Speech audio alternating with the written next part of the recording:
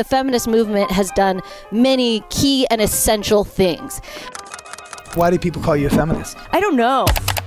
But now that I look at it and some things that are going on within our culture, it's caused actually a lot of chaos. One of the things I think that has hurt current women is not understanding like where we came from. What do you mean where we came from? Where we came from. Where men were in control. Oh, that where we came from. Okay, cool. I was going to say this is going to get real awkward real fast. We know that the gospel makes bad men good and good men better. Yes. But it doesn't make anybody perfect. And we still think of leaders that to be a great leader means that you're, reverenced and everyone listens to everything that you say. You speak slightly effeminately. Yeah, all of that. Yeah. When the LDS mothers came to HBS, instant community. We came in, we went to our wards, we got help moving in, we had home teachers, we had visiting teachers. I gathered all the mothers that were interested in doing this. And guess what they said? One of the girls raised her hand and said, "We just want to do what the Mormons do." No joke, Cardon.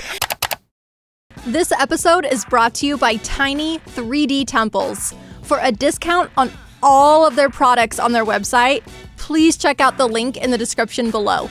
This is a beautiful temple in Curitiba, Brazil. The entire living Christ written out in it, and it is all wood.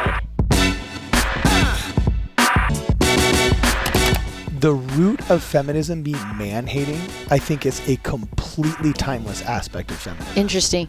It's like from its core. I think I've never identified with the term feminism myself because it means too many things.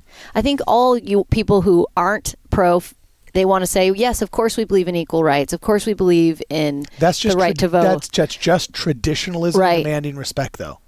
Right. That's really all it is. It's not feminism. It's traditionalism demanding respect. Yeah. And I think the problem with feminism and being a chauvinist both equally turn on each other. And that's why I think it's actually very anti-God, because I think God's all about men and women being united. Okay. Yeah. Are there really chauvinists, though? Like, let's be honest. Oh, 100%. I've met them. Okay. But what person could actively go out their front door and say, "I am a proud chauvinist"? Yeah, he would get laughed out of that. He would get fired from his job. His life would be ruined. It's worse than being Richard Spencer in our society. But you can walk out the front door and you can say, "I'm a proud feminist." And, "Oh, you go, girl, slay, snaps." And so that tells you where our society's at. Yeah, I think you're right, and I think I have met chauvinists, but I definitely have. But I think it's the same thing as feminists. The very lack of self-awareness that they are like truly attacking a whole other What gender. percentage of our society do you think is legit chauvinist? What percentage of our society do you think is actually feminist? Ooh, I would almost say equal, because I think there's a ton of women that don't understand what feminism. Yeah, I think there's a ton of incredible women that love men that have no idea what that really can mean. That's what I mean is like I've met so many women that identify as feminism and they're not terrible and they're not man-haters. Okay, so but what are you talking about? If you're talking about the feminist... I would argue they don't really know what, like, it's kind of like the difference between the pastor and the pew. Uh-huh. There's so many Protestants that love Mormons. They love their friends and their neighbors. And when we talk about eternal families, they're like, "I'm right there with you." When they talk about God being our Father and being interested in even the intricate details of our daily lives, when we talk about the Godhead, they're like, "Yeah, that makes total sense."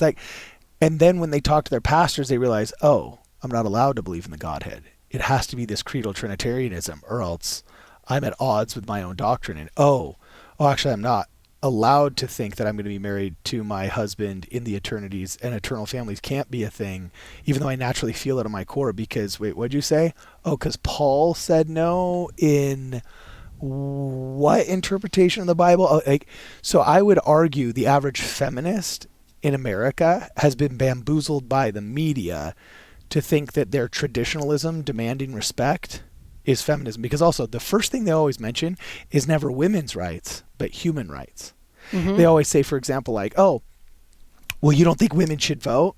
Well, hold on. Who gets to vote? That's a human right. Yeah. Not just a female right. That's a human right. So what you're talking about is human's rights. Mm-hmm. Not women's rights. And who gets to vote is a very interesting question, because, for example, that originally was based upon land ownership. Like there was plenty of people that were men that didn't get to vote.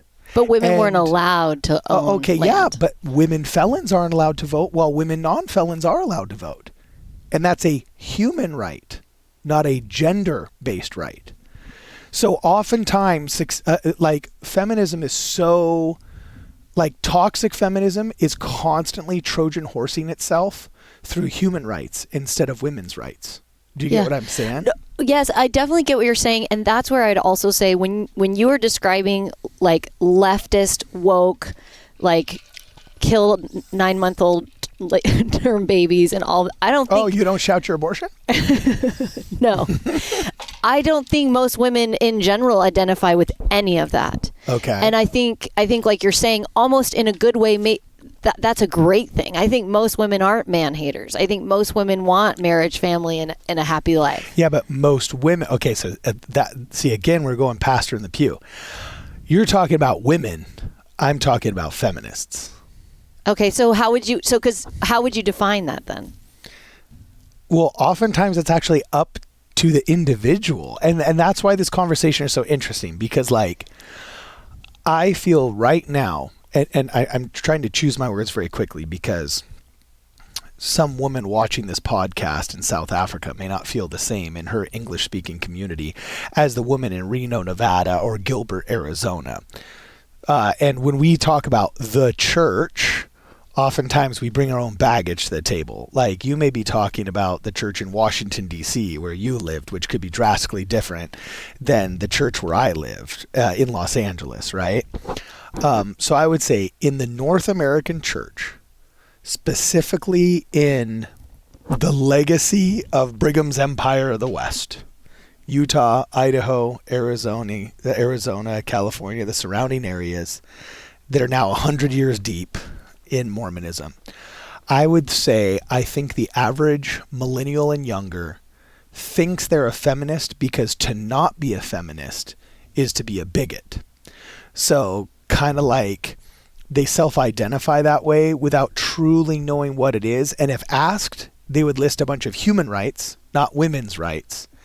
And then when somebody treats them in just a traditionally respectful way, they'll think that person is treating them in the feminist way. And then that's how toxic feminism and wokeism most effectively Trojan horses its way into our culture, is on the backs of good women who are uninformed. Yes. Yeah. Well-intentioned. Well-intentioned good women. Well, when people ask me, are you a feminist? I say I believe in certain feminist principles, but that term means too many huge things that I don't agree with. Okay. So like I can't identify. I don't agree with any man-hating stuff. And I see so much of that movement being like us versus them. I don't ever agree with us versus them within political parties. One party's bad and one party's good and all of that.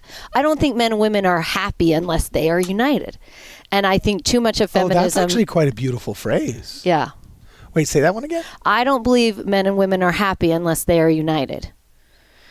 And so everything in my life is like trying to be united with my husband, my family, my children, my community. In order to do that, I have to put myself in their shoes all of the time. And the blame game of like, it's gender related or it's race related or it's whatever related, I think can sometimes be a cop out into not really just taking the time that it takes to understand people, their position, and where they're coming from. And I think you're right, Cardon, that a lot of people have really strong opinions because all of us want to say, of course I want to say, I believe in equal rights for women and men. I believe that men and women should be able to vote. I believe that women should be paid as well as men. But I have 3 sons and a husband, and I'm very deeply engaged in making sure they have beautiful, fulfilling, and wonderful lives.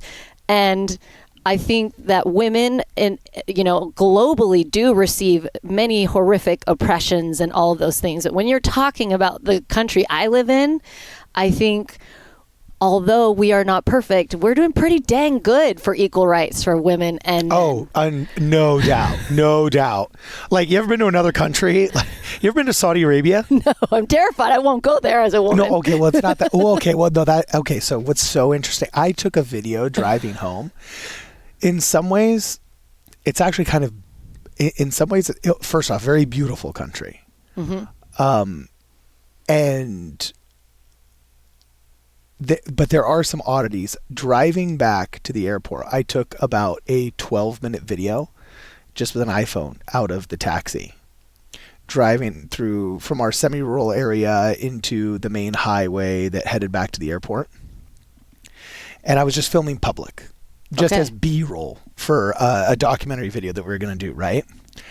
I went back and I looked at that video. There wasn't a single woman in public for 12 minutes of B-roll in my taxi. A single woman in public. You can't leave your house. I only saw one woman in Saudi Arabia outside of her house.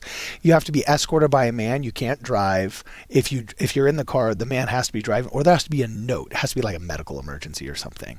And I think sometimes in the West, people lampoon Saudi culture as something that's not, as far more, I don't want to use the term bigoted, but as far more unnaturally oppressive than naturally happens from social norms that have been cultivated over a very long time. Because the interesting part is when you speak to a lot of the women, they don't want to be like women from the West. Like, it's very, very odd. Some people call it Stockholm Syndrome on steroids. Yeah, it sounds like they've been traumatized and oppressed for too long. And I'll tell you, like, I wouldn't want it for my daughters. Like, I wouldn't want it for my daughters, of course. right? But it's very interesting to speak with them, like, one-on-one. Because one of them, I spoke to a mother once, right?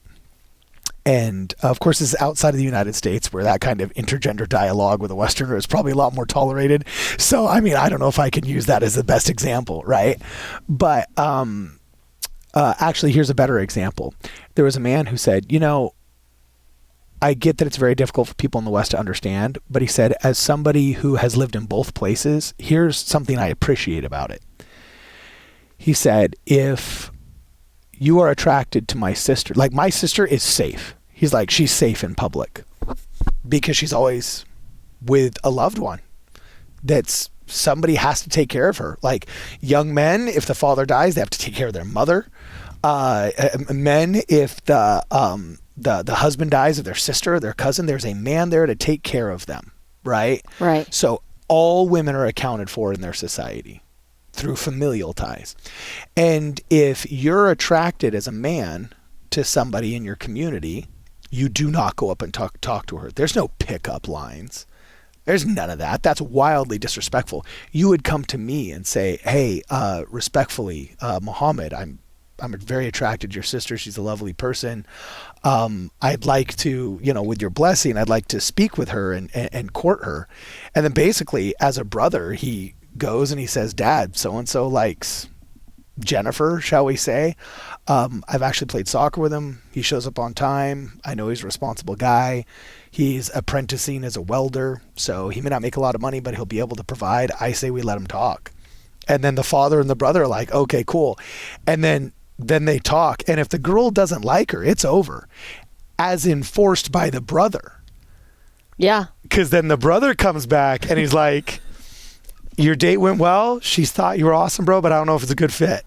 So, like, good luck. Yeah, I just can't imagine if my brother had been in charge of choosing or having any part. I love my brothers. I have two of them. Dude. They're good brothers, but this system has too many faults. Dude, my mother would have had me marry Marie, would have had me marry, oh my gosh. And I get it because I couldn't imagine my life not being married to Brittany, but also as a parent, how many lives have been so horrendously interrupted by people abusing their freedoms in a way that you just think, I wish there were social norms and guardrails that protected against this. So I'm not advocating for it as a system. I thoroughly believe freedom will always trump security. Right. But when you are experiencing the worst that freedom has to offer, yeah, the best that security has to offer looks really, really, really enticing. Yeah. And the one thing I've noticed, because I have customers that were arranged marriages in India. And they're super happy. Exactly. Not all of them. I'm not saying they all are, but I have read those statistics that many, not all, but some are very happy. Dude, and here's the deal. Patrick Bet-David talked about this. David talked about this. And he basically said, okay, so first off, right now the American and almost the Mormon success rate of marriages is what percentage? Actually, was going to look it up before this, but I didn't. Yeah, but it's higher. Mormons, it's about 60. Regular people, it's about 50. Yeah, yes. Okay, that's the best way to put it. And other people will scream from the rooftops and say, oh, that stat's not right. And that's simply just because the people that are serial divorcees get divorced multiple times. Okay. But if you get married in the temple, in the LDS temple, to an active LDS spouse, the success rate's something like the 70s or 80s. It's absurd. I read the same thing. Because that's, if it's too devout through the temple, it's even higher. So let's just say we take the 50% average person birth rate. Amongst all of my Indian and families from like Bangladesh and stuff that were arranged marriages, they got better than a 50% success rate. Really? Do you think that you could guess compatibility of your children as a parent with better than 50% success? I know my children really well. Maybe I could.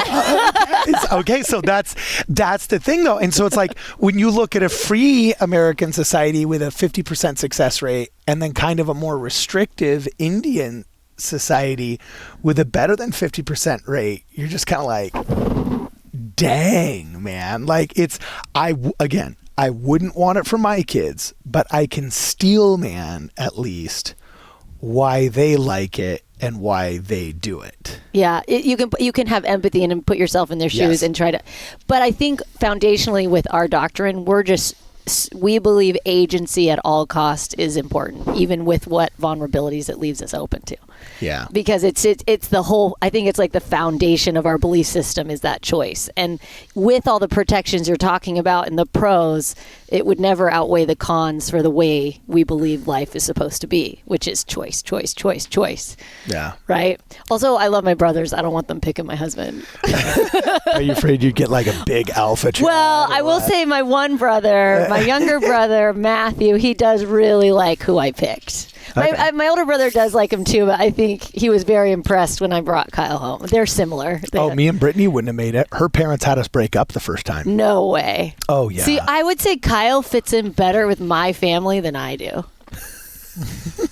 like no joke, I think my family would even agree. Okay. So, do you know why you're here? No, why am I here? Where am I, Cardon? Yeah. No, so why you're here is actually, if you look on your screen, I put out a tweet a long time ago, and I said, if you could hear... Oh, it's asking me to promote this. How do I get out of this push? Get rid of that. Anyway, it says, if you could hear an LDS feminist opinion on our show, whose would you like to hear? We are cooking up some debates, panel discussions, and interviews, and would love to include an LDS feminist. Here's your chance. Tag somebody you would like to appear on a panel regarding why are women leaving the church, and we will try to reach out. If you are a feminist and would like to participate, DM us. Oh. And then I got a bunch of... what's it called? We got a bunch of responses here. And principal among them, one of my favorites, and we won't put it on the screen. No, it said faithful LDS. Didn't it say faithful? It said let's faithful. Let's add that in there. Yeah, exactly. And so I said, here's your chance. And then so if I go to the messages here and I cruise down, there was a young buck, as you can see right here. Recognize this cat? Professor Ron Swanson. Literally says, Laura E. Welch. She basically speaks for free all around the world. She's been an EFY speaker for 18 years. She taught seminary in Utah. And I said, thank you. We just spoke. Great lead. And he said, I agree. I married her. Oh, okay. So I didn't even know that was his new pseudo name. Dude, so I had no idea. That you were getting hawked, as a participant in the Freak Show Award Radio by your own husband. Oh my goodness! Wow. Was he the only one, or you said there were other people, or was he the guy?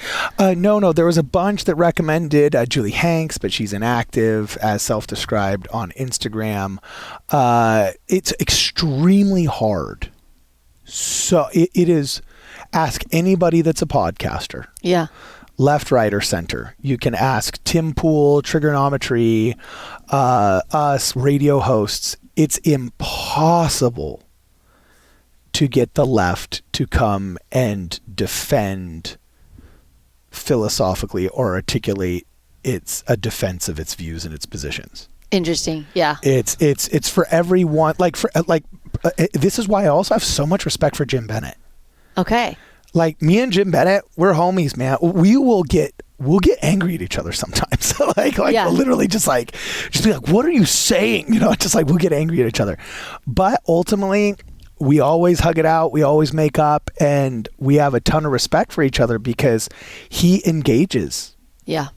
He engages, and he's not anonymous about it. He's not just some like dem saints on Twitter or whatever, just lobbing shame bombs at people who can't defend themselves because they don't know who you are. He just steps up. He says, this is me. This is my opinion. Take it or leave it. And he's responsible for better or for worse for all of his good takes and bad takes. And I'm just like, boom, I'm right there with you. And he has a rock solid spiritual seatbelt. That's amazing. He's got some very hard and fast rules that he just does not cross spiritually. And I'm like, you know what? That's fine. So I make a joke that like, there's a reason why why church buildings are built with 2 foyers. So, the right-leaning members can hang out in that foyer, the left-leaning members can hang out in that foyer, and then as long as we can just come inside for the sacrament meeting and just agree that, like, Jesus is the Christ and Joseph Smith was a prophet, I'm fine. But literally on the left, as far as I'm willing to go on the left of the Mormon Overton window is, like, Jim Bennett. He is the door greeter on the left. Like if you go past him, you're just out of the church.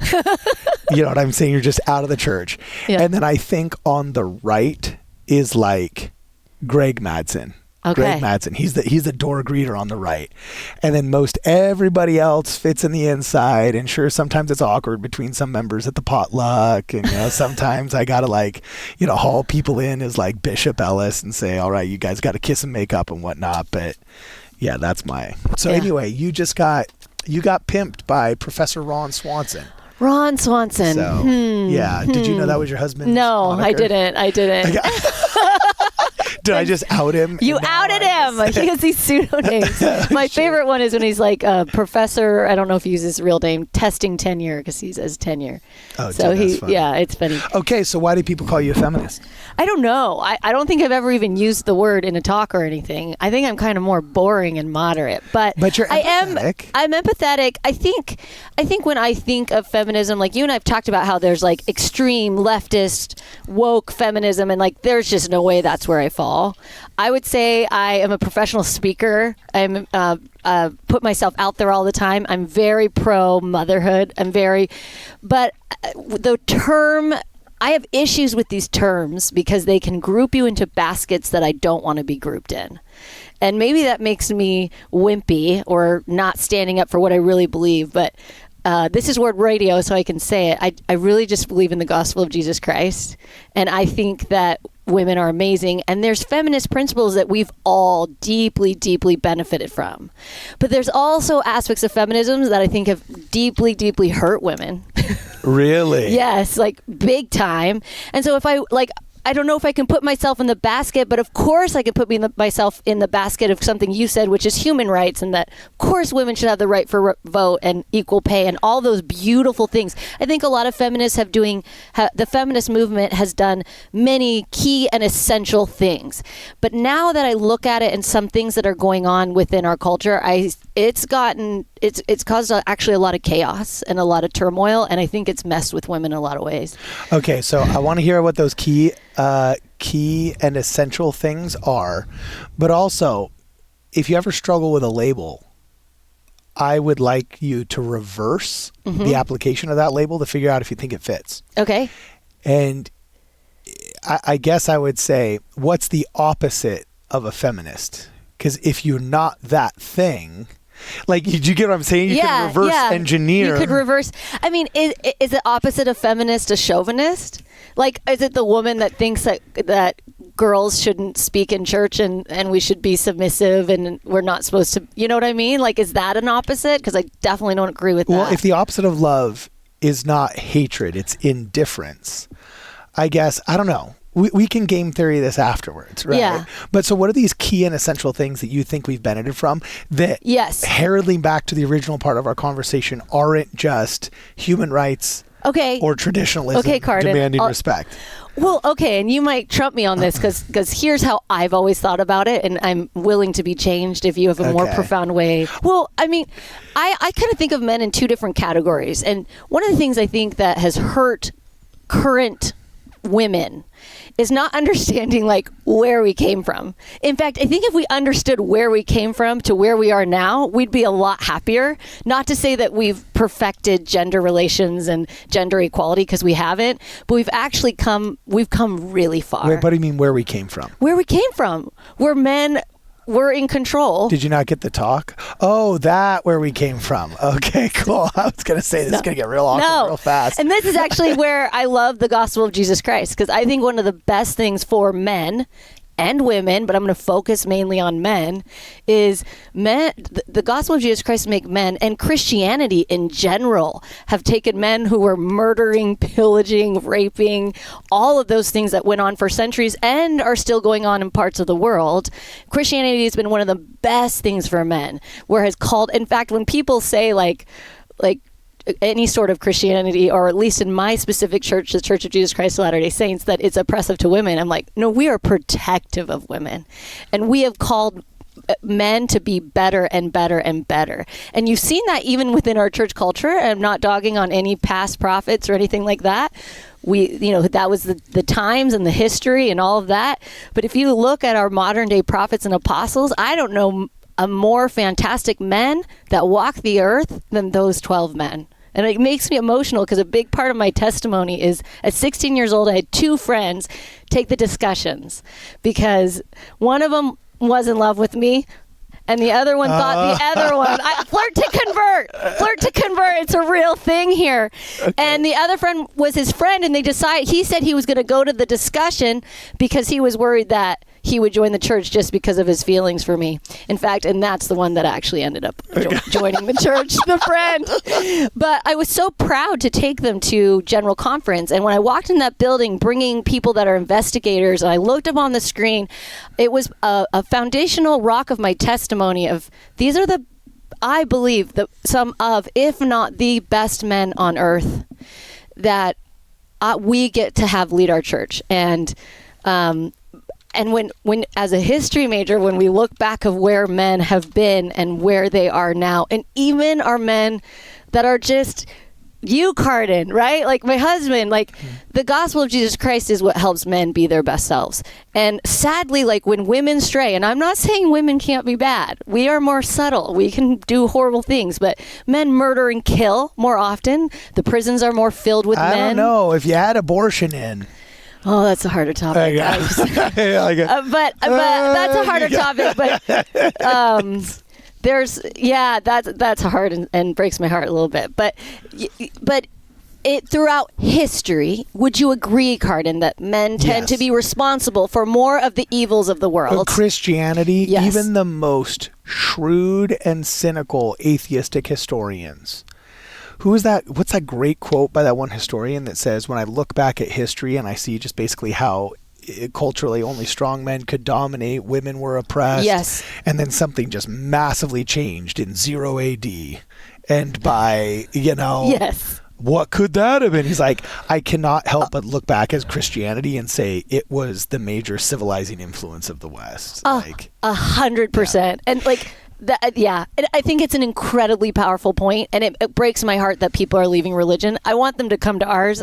Our church is phenomenal. Well, I would actually also argue that I think that Protestant Christianity and modern Christianity, as it was percolated and survived the apostasy, can actually only take a man so far. We know that the gospel makes bad men good and good men better. Yes. But it doesn't make anybody perfect. And a church can only refine a man in as much as the doctrine is refining. Yes. And after the apostasy, a lot of great truths were lost. Like, I don't think a doctrine that women are responsible for sin because Eve fell and was mistaken. I don't think, the more a man gets to understand that doctrine, he doesn't become more respectful of women. Yeah. He becomes less. So I would actually say that like mainline Christianity, and specifically North American mainline Protestantism and evangelicalism, has taken men basically as far as they can. Many of those are better than me, so I'm not knocking them. No, you're not Many knocking of those are better I than think me. what you're trying to acknowledge is what's unique about our church is we believe in the authority from God, the priesthood authority from God. Yeah. And that specific authority, and as men understand their priesthood, and we understand as women that we also have the power of the priesthood, but men are the administrators of that priesthood. When a man really understands what that means, and it's actually the opposite of dominance or being in charge and telling everyone what to do, but the actual how incredibly beautiful, sacred, and transformative if a man understands what the priesthood means and how it will shape his character and change him to his every core. And that is something really sacred and unique to our church. Okay, what do you mean by when you say that women have the power of the priesthood? Because that's like, there's so much of these hot button issues that we have right now are kind of sometimes semantic arguments. Yeah. But also they're very soundbite driven. And right now, I'd say post Kate Kelly, post Julie Hanks, post woke, it's calmed down a little bit because people realized the fruits of wokeism and of feminism, and they saw it was ugly, and they kind of naturally had an aversion to it. But some of those sound bites have not been really successfully gotten rid of. So I know they're going to rear their head again. What do you say? Like, clarify what you mean when like, oh, women have the power of the priesthood. Because that's a very bold statement. And I would say that most average, if you were to poll Mormon women in the North American West, at least, that they wouldn't say like, if asked, do you have the power of the priesthood? Most of them would say like, oh no. Do you want it? Oh yes. Yes. Right. And feminism has convinced them that this is a deficiency of our faith, that we need to fight and be an activist against the priesthood in order for women to get the priesthood so that they can then have the power of the priesthood. Yeah. So what do you mean by that when you say women have the power of the priesthood? It's just that men preside. What do you mean by that? Okay. I think our church has been doing a really good job of trying to help people understand this doctrinal issue, which is the priesthood is the power of God and women are bestowed through our covenants. Yeah, they told Emily Bell Freeman to get the short haircut so the feminists would like her. Emily Bell Freeman always had that darling haircut because that girl's awesome. I freaking love her. Oh, I thought they were just going to kick her out of the Susan B. Anthony Club if she didn't do it. No, she always had that. I love her hair. Totally just kidding. I love her Don't hair. get mad at me, Emily. Okay, your daughter's a lovely woman. That was a joke. That was a joke. Emily's one of my favorites. So you can't. And that girl knows her scriptures and is speaking with authority. I love her. I think that this is tricky, and I understand why people are confused. And I think it's been a very powerful lesson that we've been trying to teach as a church, which is we have the power of the priesthood, that through our covenants, through blessings, through all of those things that we believe in and hold dear, women have that ability. But we do not administer the priesthood, although there is one place in the temple where that happens.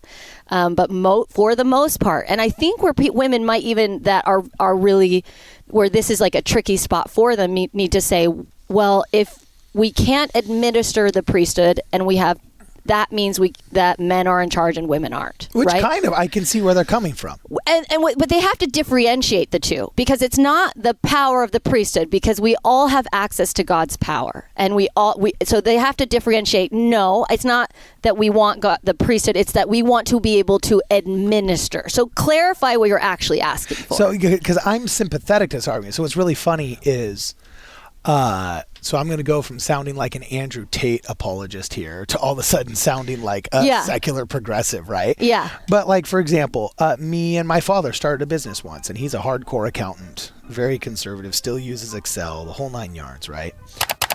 Guys, we're going to press pause just for 1 second to remind you guys this episode is also sponsored by scripturenotes.com, the coolest way of reading your scriptures online. If you guys want a free 14-day trial, please visit scripturenotes.com. Also, mention us in the checkout for a small discount. Links will be in the description. Roll tape. And it was a point of friction between us for a while. we only had one card and he wanted to very securely monitor the cash flow. This is a big inconvenience for me, having to just fill out all these reimbursements, and to me it just added a bunch of unnecessary documentation. Why can't I just have my own copy of the card, right? And it was just this fight between us all. Yeah. And I remember there was a moment where, you know, we're supposedly both 50% owners of this company, right? We're partners, but is it really my company if I can't purchase something on behalf of it? Yes. Like that was I remember a very specific argument with my dad. Now he's, you know, a licensed CPA, and he's like, oh, there's tons of companies where owners can't just go out and unilaterally make those decisions. And he had his very right-brained accountant explanation. Right. And then I had my very practical entrepreneurial, well, it's not mine if I can't spend money on its behalf, right? So, I mean, both of us, I think, were right, and he ended up winning. You know what I'm saying? But I would just say that I'm sympathetic to this viewpoint of women saying like, okay, well, if we have it, wouldn't we be able to administer? Yeah, I don't think they're crazy either. I have empathy and understand it. And I don't think I don't mean to be a cop-out. I don't know that I have all the answers. What I do think is there a potential that one day we will? I don't know. Is there a potential that we might never? I don't know. But here's what I do know is, one, as you get a little older in the church, I know some people on the general board. I know I've had the privilege of, from my stake, one of the apostles was from my ward stake. Really? Yeah. He was amazing. Wait, where? Tampa, Florida. Wait, we've got a Floridian apostle? Yeah, Neil Anderson. Oh. And is that why it's tan so? I've been in the East Coast for the last 15 years, so I don't have the same exposure as maybe someone who lives in Utah, although I moved there 2 weeks ago and loving it. I'm loving Provo, Utah. I really believe, and I feel like I can say this with confidence, that the leaders in our church, both male and female, are fully aware of this, and they are very forward-thinking, highly intelligent people. And if that is not where God wants this to go, it's not because they're not listening. But I also want to say like another point, and not saying like this is the answer, but I believe women already have an incredible power. And I think it is as equal, personally, a little better. Okay. And I think what's unique to women is all women who walk this earth are endowed with this power. And I think I might get beat up for this, or like, oh, she's so cliche and all that. But I truly believe that motherhood is an incredible, beautiful power. And when I think of men and women in the church, I talked about unity and how it's not like in the proclamation, it talks about men's strengths, and the proclamation then talks about female strengths. And then it talks about we are unified together as equal partners, while also saying that we are to support each other in these roles. Not this, go do that, go do this, but rather we have these strengths and then help each other in our strengths. When I have become better is when actually my husband is good at certain things, not when I'm just like, hey, you're good at that, but where I actually am like, honey, I want to be good at that too. You're a great leader. Help me be a better leader. He's a particularly good leader, right? And same with him. Like, Lori, I want to be more this way with the children. Like, that's where I come back to. Like, this is a highly complex gender issues are highly complex. And as a religion, we should not think that we're going to be like perfect at it. And I don't think that we are. But I do want to say that motherhood is a divine gift and power, and we've all been bestowed with it as women. And it has been deeply degraded and diminished. And when I think about a couple doing something right, I think about an anesthesiologist and a surgeon, okay? Equally important, equally valuable. No one is like, oh, the anesthesiologist is better than surgeon. The surgeon is better than the anesthesiologist. Actually, they both get paid a tremendous amount of money. And they're both incredibly valuable to what God is trying to do. And I think when I think about God, his ways are higher than our ways. His thoughts are higher than our thoughts. And so if women end up getting the priesthood, like, as long as President Nelson is the one who says it, I'm okay with it. If they don't end up getting the priesthood, I'm okay with that.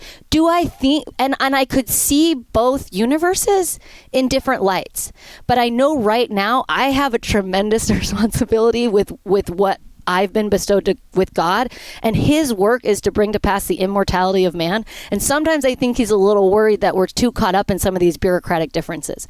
Are there things we could improve as a culture if it's going to stay this way, where men are administrators and women are the nurturers and all, counseling together and all? Yes, like, this is hard to do because what we're trying to be is equal partners, and half your church is women. And so that puts a lot of responsibility on the men, on making sure that even though the men are administrators and the one who are doing that they are doing that side by side with the women. And that's hard to do. And if you noticed, about 10 years ago, everything was about counseling together, counseling together, counseling together. Are we doing that properly as a society? Okay, one of my favorite quotes is by Sharon Eubank, and she said, "It would be absurd for me to stand up here and say that our political and our traditional and our cultural practices have always lived up to our doctrine.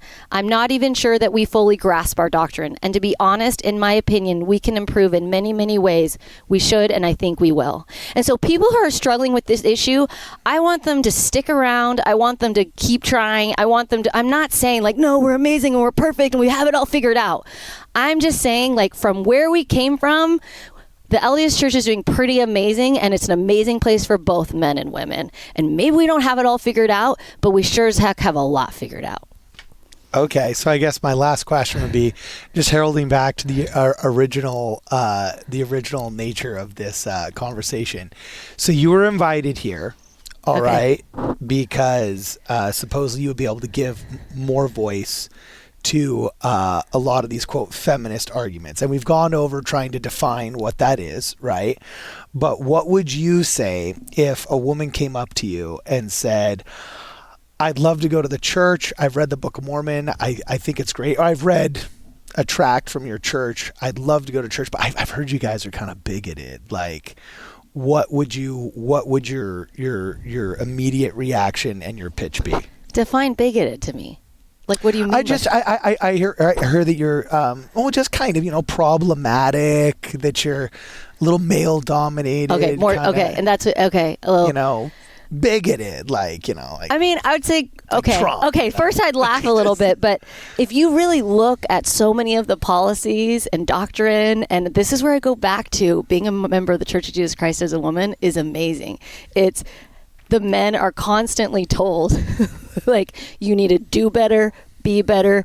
Women, you need to support your wives. You need to put fatherhood to be the highest priority. You need to put you need to first have your wife the highest priority and then fatherhood.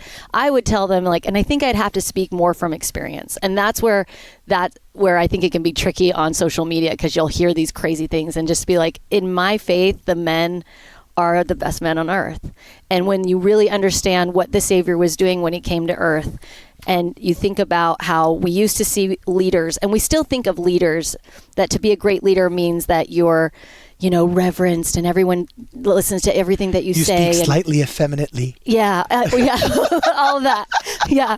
But that, like, I've been raised in this church, and I feel cared for and loved by the men around me. Okay. And I feel like my bishops weren't there to dominate or tell me what to do. Like, they were more there to be a guide and a counsel, just like my Relief Society president was.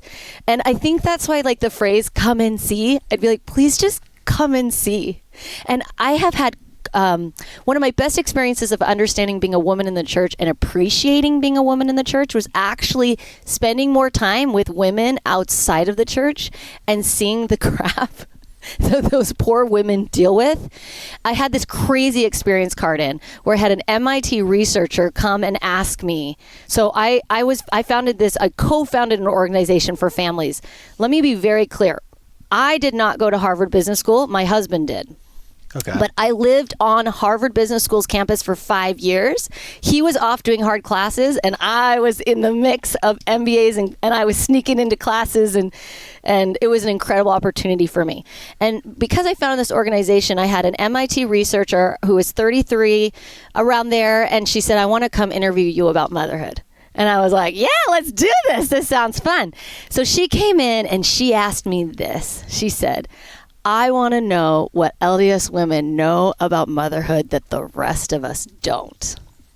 Oh, dude. Okay. Drop the mic, okay? Why'd you say that? She said that, and she just said, I am watching how you guys are mothering, and you know something that we don't know. And she was dealing with the complexities. This is a brilliant woman that goes to MIT who has children.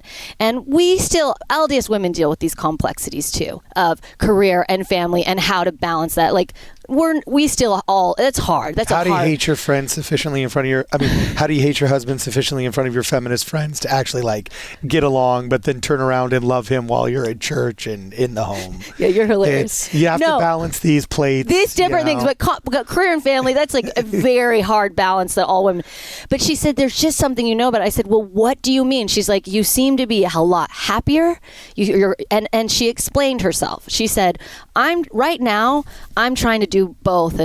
And I was a speaker at the time. I wasn't an MIT researcher, so I wasn't as busy as she was, but I was balancing my own stuff, right? Yeah. And she said, and this was so profound, she said, when she saw Mitt Romney speak about Ann Romney, and she said, I saw Mitt talk about Anne and her role as a mother, and he said that what she was doing was far more important than what he had been doing. And she said, looked me in the eye, and she said, and when he said it, I knew he actually believed it, which told me that the Spirit was testifying to her that he really meant it. So I said, yeah, that is the doctrine of our church. The doctrine of our church is, and President Nelson says, the highest and noblest work in this life is that of a mother. Motherhood is near to divinity. It is the highest, holiest service to be assumed by mankind. It places her who honors it, holy calling and service, next to the angels. Are those notes? Yeah, I'm so prepared. Well, you go, girl. So, I was like, wow, dude. It's I'm ready. Cardon, I'm ready. So let me explain what she was seeing. She was seeing, and I explained to her, I said, our culture values and supports mothers. And I listed all the different ways. And what she had seen was actually what President Nelson prophesied in 1979. Okay. He said this, my dear sisters, was it him? No. Yes. He said, our vital associates during the winding up scene, the day that President Kimball foresaw is today. So this was actually President Kimball. I apologize.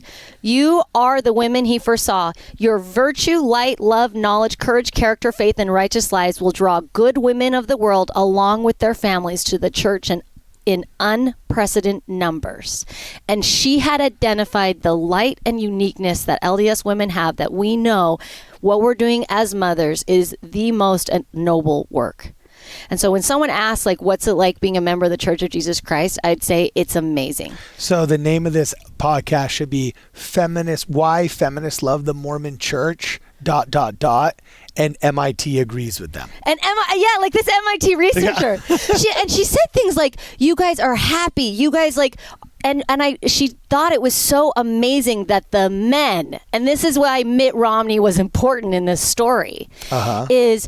I think she had a great marriage, but her husband, she didn't dog on him. She was loyal to him, but did not feel like her culture was supporting her ability and seeing that as being the most important thing. Well, yeah, secularism always is putting men and women at odds with each other. Like, you can't watch TV and escape it. You can't read the textbooks and escape it. You can't escape it in pop culture. Like, there's literally no place where men and women are actually given any kind of equal footing, cooperative spirit, similarity. They're constantly compared to each other, and pride is a sin of comparison. And so there's no place where just like they can get a rest from constantly being hounded by those that would pit them against each other, right?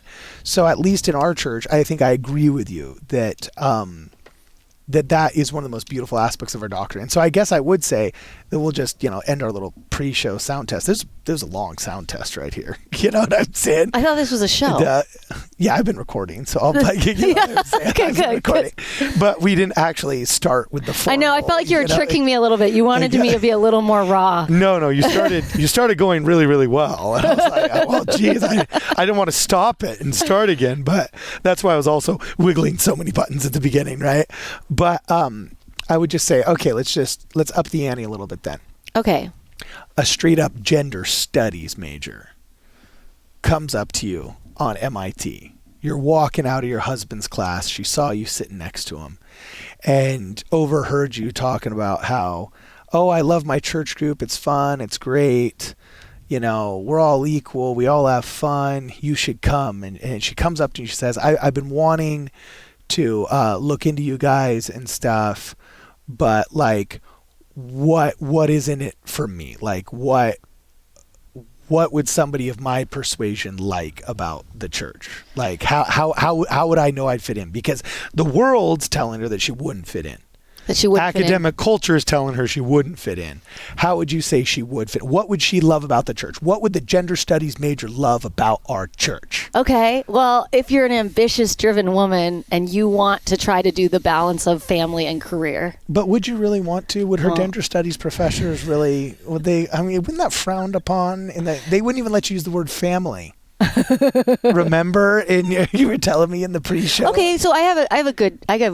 Now I'm going on a tangent here. Okay, but I remember. Okay, at Harvard they were doing studies because a huge part of their grade at the MBA was how often you spoke in class, because it's called the case method, and the women were not the female students were not performing as well as the male students, and I'm convinced it's not because they were not as smart, because they are brilliant. I met these students. No, but women don't ever want to speak as much. That's proven. Exactly. So they were really. It's like a self. It's a self. And as a female speaker, I'm like, I know I'm an outlier because. No, here's the proof. I'm a stand-up comedian. Yeah. When you've got 10 slots to fill in a comedy club at night and you're a booker, it's like pulling teeth to get female comedians.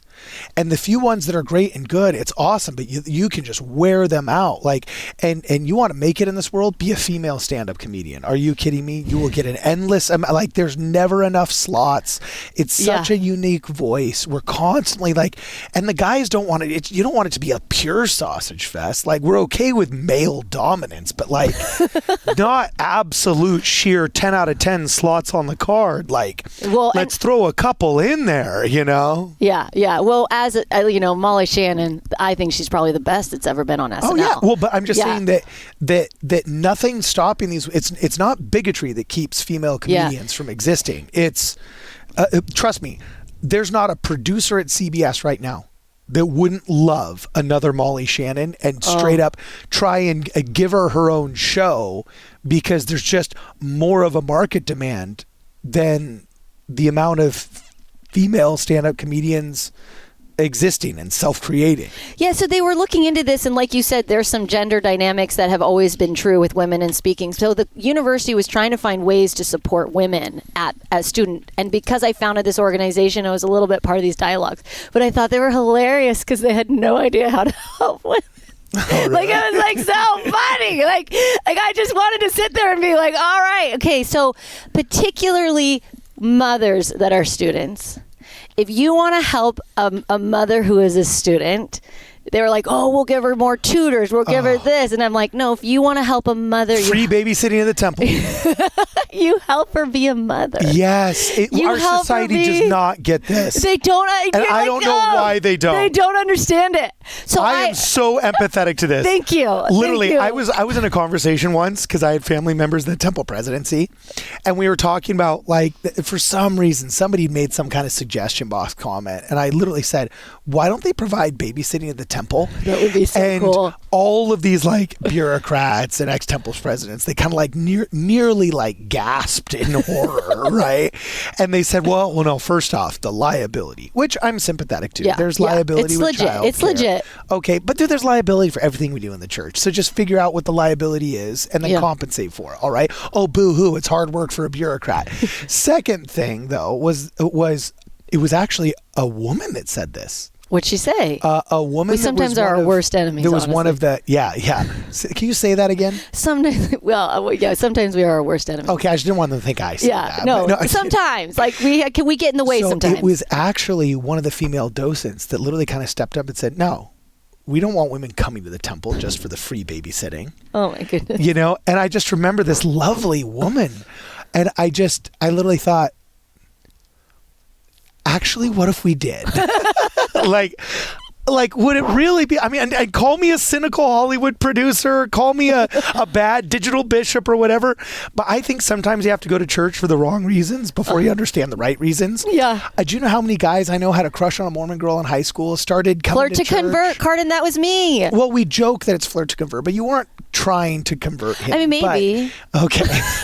But it oftentimes a natural process of a handsome man liking an attractive woman is getting to know the church, starting to play church basketball, starting to go to the Boy Scout events, and then all of a sudden realizing, oh my gosh, I feel something here when I'm in this building, I'm with these people that I do not feel out there. Yeah. And they start to recognize the Spirit, they start to read the Book of Mormon, and before you know it, they're all in, they're invested, they're baptized, they're Mormon. And we jokingly say flirt to convert, but at the end of the day, he came to church for the wrong reasons, pursuing a girl, but left for the right reasons, having a relationship with Jesus Christ. So what if in the temple, literally, we just had like a nursery with babysitters, and all of a sudden all these stay-at-home moms could just like once a week come to the temple? And sure, sometimes would they be cynically doing it in order just to escape their crazy kids? Yes, but so what?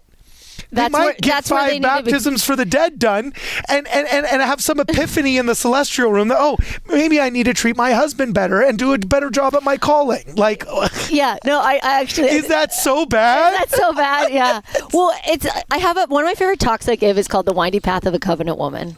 And it talks about the complexities of the female path. A guy kind of has a path. A woman's is we're all different. Are we going to get married? Or are we not going to get married? Are we going to have children? Or are we not going to have children? How many children are we going to have? Are we going to have a career? Are we going to do this? Or right? And I would, I love giving that talk, but one of the best places that I have found all the answers to not all, that I have found some answers to those questions are in the temple. And it's really hard to be a woman. That's why I have a lot of empathy. It's hard to be a man too. But right now we're talking about women in the church. It's not easy. We have a very complex path and we have a lot of things against us. And I can't think of a better place than the temple. But going back to women and how do you actually support them? When I talked with the university, there was an international mother. She had just had a little newborn. So she's from a different country. She's a student at Harvard Business School and she has an infant. And I came in to try to help, and did not do it alone. I had a whole committee of women who helped me, so I don't want to take credit for that. But at the end of the year, she came to me and said, Laura, your organization helped me 100 times more than anything did at HBS. Now, we were affiliated with HBS. We were a club. And what did we help her with? We helped her with her child. We helped her with meals. Wait, what was this club? So you started a club that would babysit for international students? No, I started an organization called Crimson Parents. That was an organization for students. So that's the one where they wouldn't let you call it Crimson Families. They wouldn't let me use families. See, I told you. I told you. I'm still mad about it. Crimson Families sounds so much better, doesn't it? Yeah. And we were saying, like, to qualify for the club, you just had to have children. That was it. Like, we had no other, anyway, but See, that's the way it should be for voting. You're so funny. Yeah, dude. No, think about it. Imagine if children were votes. Luke Hansen has suggested this, and I'm all on board. I have 5 kids. I would have 5 votes. That's what I'm saying. I would repeal the 19th in a heartbeat. Anti-Mormons, there's your clip. I would repeal the 19th in a heartbeat, and then I would replace it and just say, I'd either do this. Everybody gets a vote, including if you're in prison. I don't think necessarily you should lose your constitutional right to vote just because you're in prison. Yeah, because what if you're it's like false accusation and you're in prison? Yeah, and also I think part of rehabilitation is exercising your constitutional rights. Okay, interesting. So I would repeal all female and male votes. And then I would literally be point-based system. And people don't like this. And I'm very much an anti-elitist. So this kind of violates my own ethos, I guess. But for men, I'd be like, if you're gainfully employed 40 hours a week, extra point on your vote. Served in the military. I want people that have served in the military deciding whether you go to war or not. Interesting. So served in the military, you get an extra point. Are you an employer? You get an extra point. Employer of 10 plus people, an extra point. Oh, wow. You know what I'm saying? Just all of these good human flourishing statistics would create a point-based system. Because let's think about it. And conversely, on the women, I think literally, if you're a woman, sure, you got a college degree, great. We want an educated populace, right? Right.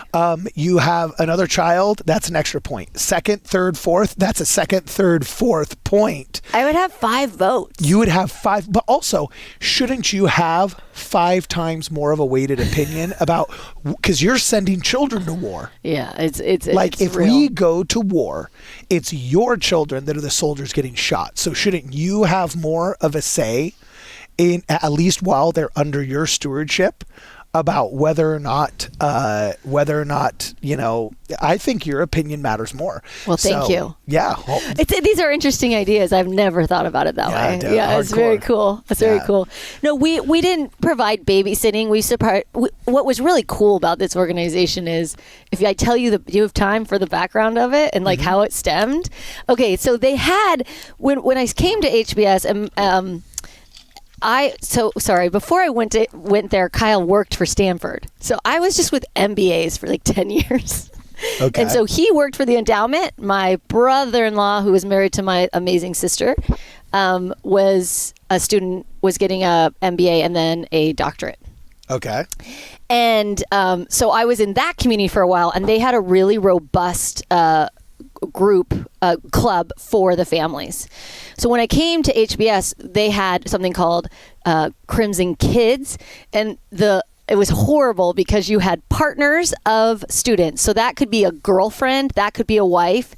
They had Partners Club. They were in charge, and then they had a branch of just for the kids. It was very disorganized, and we had no power or authority. And in fact, the girlfriends were in charge of the mothers. Like, it was, and really, they just, if you don't have kids, you're in a different universe, and they spend all the money on different things.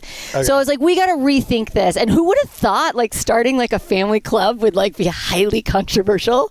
But when I tell you it was highly controversial. Really? Yeah, like it was crazy. Like I thought I was just like this little mother on campus. And keep in mind, I'd been there for 3.5 years.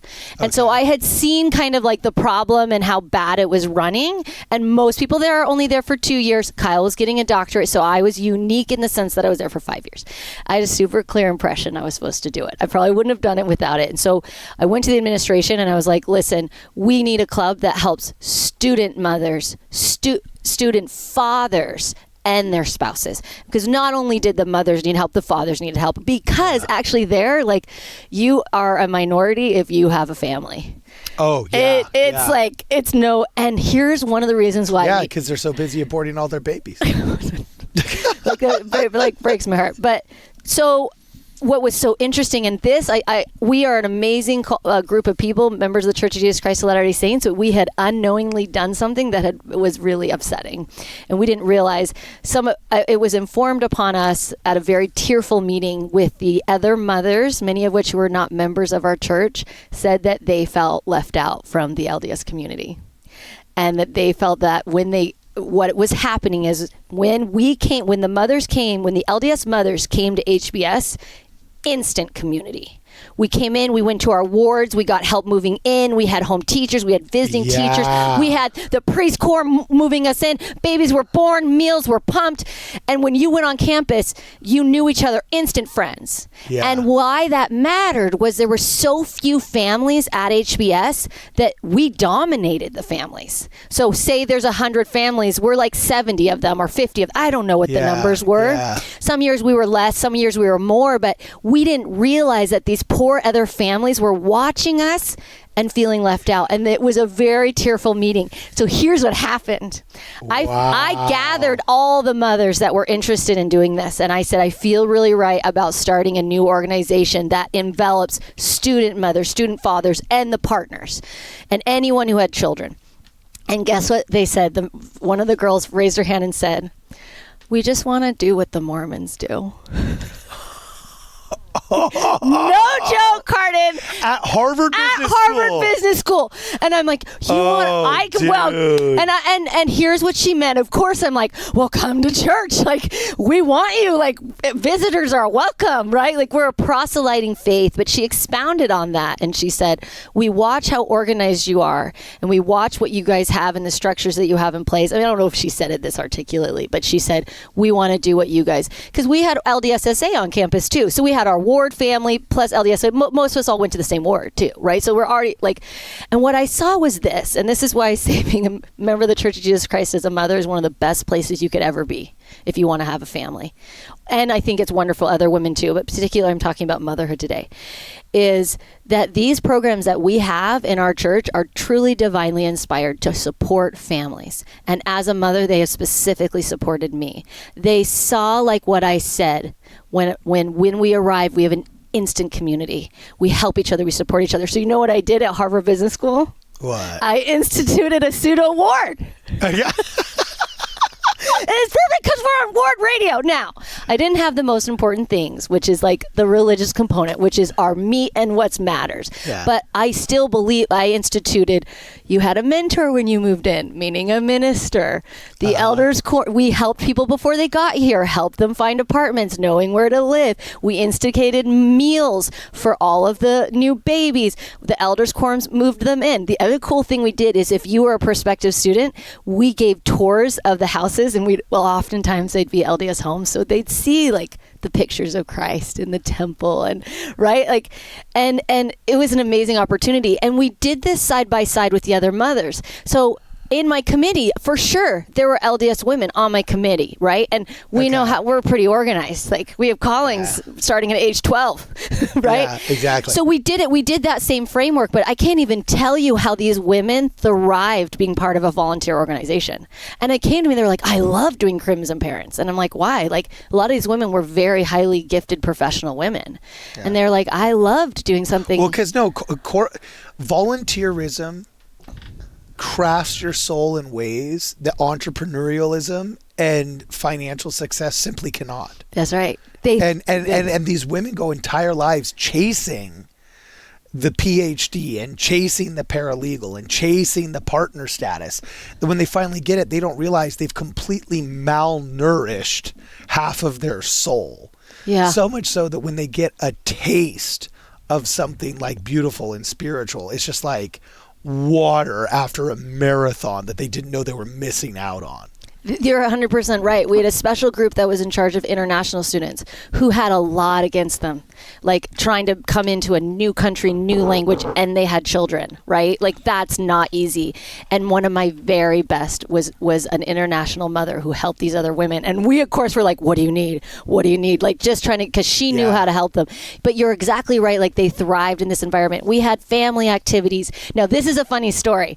We had family activities. We had events for children. We created classes. It got so bad we started doing yoga, soccer, ballet, music, because we could use all the facilities for free. So I basically started like an arts department, and of course like MBA's like, what is this, like Laura Welch, like I'm booking all the rooms, like anyway, but we expanded, we got more money, we got all of it. Like it was great. And it was really hard to get. I didn't realize I was controversial, but I was. And it was for a couple different reasons. But one was that I was shedding light on how badly they had neglected the families for so many years. And I didn't realize that was making like MBA services look bad. I'm like, I'm just trying to make it better. So I worked for free. This is something I felt called to do. I'm motivated by heaven, really, which we've all been in that position, board radio, right? Like you feel called to do this. So say that louder so your friends in the establishment can hear you. So it's not always easy, right? Like, no. So when we got more money, it did go through. And I could tell you miracle stories, like God was on my side. I'd have a baby when I was fighting to get this instituted. I had 3 children and a little baby at the time. I'd have a babysitter for 1 hour to go try and do stuff. I would walk on campus. God knows I had 1 hour. I just bump into the dean of Harvard Business School, Nitin Noria. And he's walking, I'm walking alone, like, and I just, hey, Dean Noria, remember me, Laura Welch, because we started this tree lighting ceremony. We've been there so long. We had a relationship. I'm trying to start Crimson Parents, and they're not letting me. Would you help me with this? And he's like, yes. And of course, when I went to MBA services, was like, Dean Noria's on board. I spoke with him today. I could never in a million years as a partner get a meeting with Dean Noria. Yes. Right? Same with Dee Leopold. She's the head of admissions. Same thing. Babysitter, 1 hour. I'm walking on campus. Hi, Dee Leopold. It's Laura Welch. Oh, hi, Laura. For some reason, MBA service. I mean, I just bring it into the office and be like, D. Leopold and D. Nori are completely on board. And all of a sudden, MBA service would just like scurry and be like, who is this Laura Welch? Like, she's making our life like a living nightmare. So we got more money. It did happen. And so then all of a sudden, HBS is like, oh, they have a budget. Let's start getting, so they gather me in for a meeting with their services because they want me to do, I say I'm going to do a ball for the families, like Holodazzle, but we'll do a Crimson Parents ball. And what they don't realize is when you're taking care of families, how are you about your budget? You're cheap. Responsible? You're responsible. I don't like You're the word cheap. Not I say cheap. frugal. You are frugal. It is for the families to support and help them and to help the children, right? Like you are frugal. Well, you prioritize. You're saying it better than I am. You prioritize. So there's like... Because I'm not cheap. Like Brittany is definitely she's amazing. The brakes on this train. No, yeah, you're good about that. Yeah, like so I realized I thought my husband was frugal until I realized he's frugal with himself and not with me. I can't even ask for anything because he'll just say yes. I've learned that the hard way, which is great. But so I'm at this table and they are seeing my budget and they want me to give them money to like do the food and bring in a band and like blow all my money when I'm like, we're all like amazing. Like we can do it ourselves. So I bring my little toddler with me and it's a circular table with all of MBA services and she's under the table playing footsies with Oh, really? and they're like trying to like bully me, like be like, well, what can we do? Why won't you spend it on this and this and this and this? And they like just don't realize, like, guys, I don't care about like making you happy. I'm here just for the families. And it was very interesting. Like they couldn't understand me. They kept being like, what's your career after this? Like, what's in this for you? Like, right? Like wanted me to brown nose and all of that. Well, Lillian's like, playing with their feet basically, and I'm like, I gotta go now, and I like take my little baby and like walk out. Like it was a really cool experience. But I go back to, we have inspired programs that support families and specifically so that's mothers. your answer to the gender that's studies my major, answer. Like come be a woman. Inspired programs. So the blue-haired feminist comes up to you. Okay. And she says, I fresh from the abortion clinic. I'm in the club. You know what I'm saying? Okay, so maybe I can't even go there. I can't. No, it's okay. But she's like, look. I just broke up with my boyfriend and my lesbian partner on the same day. So she's as feminist as they get. Okay. Man hating. No, I'm just kidding. Okay. No, let's just say, okay, I shouldn't rag on them that badly. They hate me, and there's probably a good reason. But I would actually say, your gender studies friend, as liberal as they get, as feminist as they get, comes up to you and says, what's in it for me? Like what would I like about the church? You say it's the inspired programs? No. I think you always go to the gospel of Jesus Christ. I mean, ultimately the church is a structure, a worldly structure that helps facilitate like learning and understanding. It helps us, of course, one of the most important, if not, is our covenants. But ultimately, church is supposed to help facilitate a relationship with Jesus Christ. And if I said, if someone asked me my favorite part of being a member of the Church of Jesus Christ, it would be clearly my relationship that it helps me with my Savior. But that relationship is between him and I, right? Like I have that relationship between him and I. But I believe the structures of the church help support that relationship. But another cool thing is that we believe in the gift of the Holy Ghost. And that's one of the most precious gifts that we have, right? Now we're getting more into sacred ground. And to be a woman, I'd say to her, I think I would appeal to the fact that to be a modern day woman is highly complex and very difficult. And there's a reason why there's a reason why women are upset. They're not crazy. Like there's reasons why women are feeling like life is unjust. And like I've sat with women who have men who have not understood what it is to be a good man, who have not, like even men in the church who haven't understood what it means to be a good priesthood holder. Yeah, but who needs the Holy Ghost when you got Judith Butler? But to teach someone of those sacred principles, right? Like that's really always going to be the meat, right? But if she's not there, if she's more into and that's what's sad about some of this stuff is that ultimately we always have to go to the center of what we're really trying to do. Are we a perfect bureaucratically with the church? Are there things we could do better? Are there ways we could work better as men and women? Of course there is. I think that we will. I actually think it's our generation's role to figure out equal partnerships and really refine it. Did you just say know your role? No, our generation's role. Like one I'm of our. pretty sure you just said. I didn't say it like that. Just kidding. Like I just think every generation kind of refines different things, right? Like if you look at past generations where they kind of figured out this and this and this, and I'm like, I think we need to really figure out equal partnership and what that actually looks like. Okay. And I think it requires a lot of men and women because really like a happy life is men being men. Like I think men being masculine and leaders and leading and I think women can lead too. But I think we are uniquely different. And I think the world that says that we are the same is sad and discouraging because I think I love being a woman. I love being a mother. I love being a leader. I love having a career. I love all of it. But I want to do it in a way a woman does it. And I want to be able to reach my fulfillment, right? Just like a man. So, yeah, I don't know. I don't know if I've answered that question distinctly. No, you did. You did. It was great. In fact, I want to hear more. We're going to have to invite you back. I know we got to take you to the airport pretty soon. But it looks like we got so much more to talk about here. On your other suggested topics, you said why a woman should biblically submit to her husband. Oh my gosh, Cardon! Oh my goodness, I never said that. That was you, not me. No, that was just. That man, is did I miss people using religion in a perversive way, Cardon. See, now you scored the point. Yes, thank now you. You scored the point. Yeah, that has gotten us in trouble. And in fact, there's a reason why women are struggling because it's been centuries of men not getting it. Okay. Yeah. We're not sensitive for no reason, Cardon. Okay. I have a feeling we're sensitive for a reason. I have a feeling we stumbled. Look, she's hysterical. I'm hysterical. I'm just crazy. Dude, they're going to clip so much of this. Submit. Someone. I told you I'd leave. I told you. I'm doing a storm out. Anyway, this has been a lot of fun. Thank you, Laura, for hanging out. How do people get a hold of you if they want to know more of your stuff? So I'm on Instagram, Laura Evelyn Welch on Instagram, and I have a website, lauraevelynwelch.com, and it's CHLAURAEVELYNWELCH.com. I love to give firesides and youth conferences, and I love speaking to teenagers, which is because I'm ridiculous and a big kid myself, and I love speaking to women and mothers. Okay, cool. Awesome. Check her out. It's Laura E. Welch. If you guys want to support our channel, please check us out on Zelle or on Venmo or our Amazon wish list. You can also check us out on our wardradio.com merch store, getting a War in Heaven veteran hat or a t-shirt. Either way, it's been real and it's been fun. It's been real fun for this and more. Please make sure you guys check us out at wardradio.com.